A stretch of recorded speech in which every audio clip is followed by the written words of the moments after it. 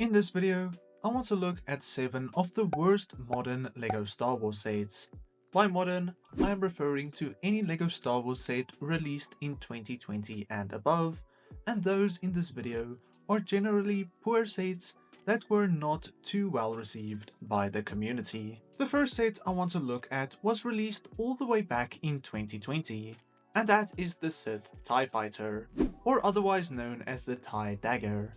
This was a brand new ship seen in Star Wars The Rise of Skywalker, and a part of a rather decent wave of sets released for this new movie. However, this one stands out as one of the worst sets from this wave, and generally one of the worst TIE Fighter designs in LEGO Star Wars. Don't get me wrong, the ship looks really cool though, but I think that it doesn't correlate too well into LEGO form, because of the awkward wing shape. In order for this ship to actually stand, it needs this flimsy looking display piece, which looks poor and incomplete. Additionally, the whole ship seems quite flimsy and bare. Correct me if I'm wrong, but I don't think this one is as sturdy as one would actually hope for. The minifigures included are quite boring too, other than the one exclusive Knight of Ren of course. I was not too impressed with this one, and I think it is one of the worst sequel sets by far. In 2021, LEGO released some new sets for the brand new season of the Clone Wars, and one of these sets was the Duel on Mandalore.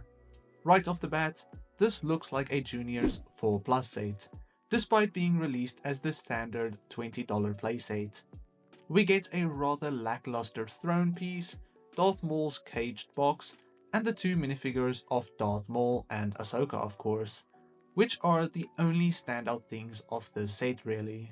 I cannot imagine that anybody would go out of their way to buy this set for the actual build, as it is so bare and quite pathetic for $20, but instead you pay $20 for 2 minifigures and a few extra pieces. Additionally, neither of these minifigures are actually exclusive to this set, as Ahsoka released in the AAT a year prior, and Darth Maul was also seen in a magazine set a year later. In that sense, I think looking back at this set in 2025, it definitely stands out as one of the most overpriced and worst sets of the last few years. Now of course, another duel set that has to be mentioned in this kind of video is Obi-Wan Kenobi vs Darth Vader, released in 2022. This set was released for the Kenobi show and had a fair bit of potential.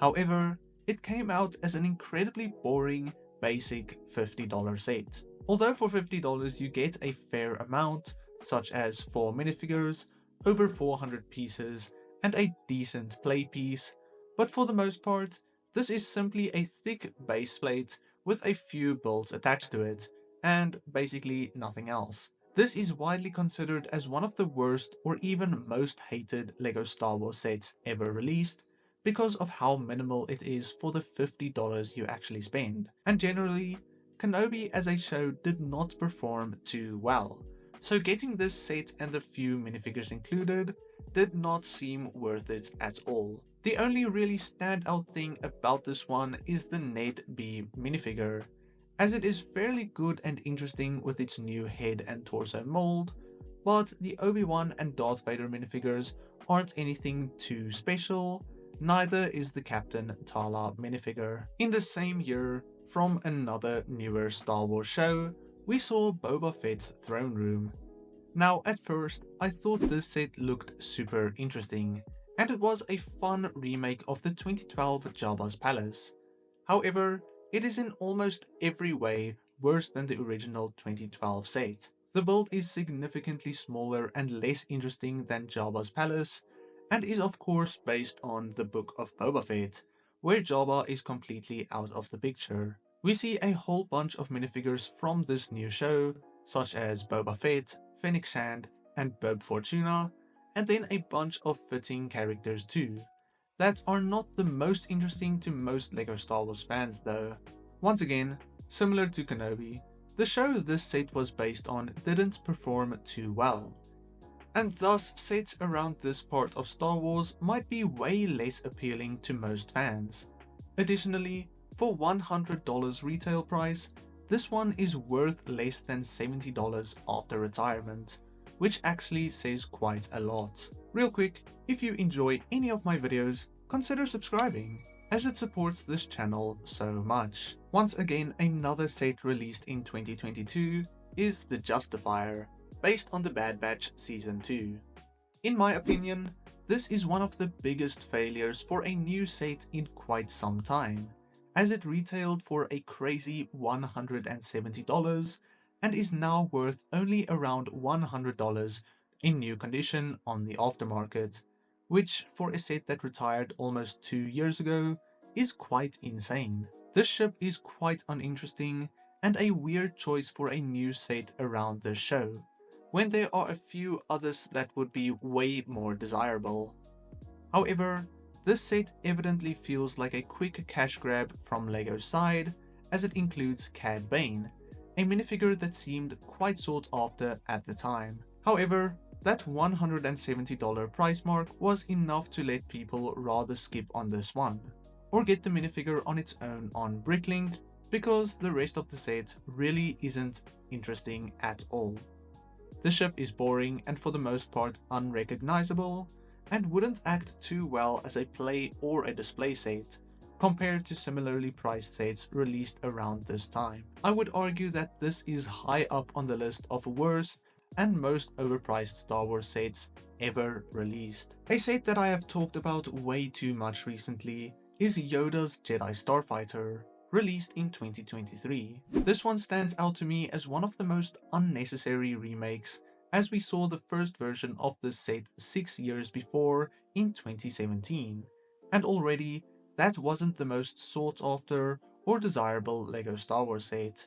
This new one feels considerably worse though, despite looking a little bit better. For $10 more than the original set, this one doesn't feel like anything new, still including only 2 minifigures, when a third exclusive one would fit really well here, and generally takes the place some other Jedi Starfighter or Interceptor could have taken, which would have likely sold way better.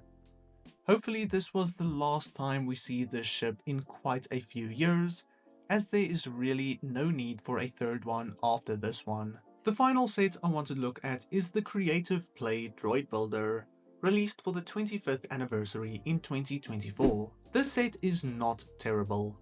In fact, it is actually rather a good idea that I reckon some kids will enjoy a lot. However, it was released as a 25th anniversary set, necessary to complete the collection of minifigures for this line, and that feels like an evident way to get both the child and adult audiences interested in this set, which isn't that nice to me. Most adult collectors won't find any interest in this set for the actual build, most likely at least, but would need it for that Leia minifigure, which in itself is a rather disappointing anniversary character. The set should have been a simple playset marketed towards children, and not marketed as a special anniversary set, as many of the other sets are. But from the business perspective, it makes sense why LEGO did this to ensure sales on this new concept, that might have otherwise failed. Perhaps I am too harsh on this one, but I really don't like what LEGO did with this Creative Play Droid Builder. But that said, let me know what you think are some of the worst modern LEGO Star Wars sets. Then I will see you all in the next one. God bless you, and cheers.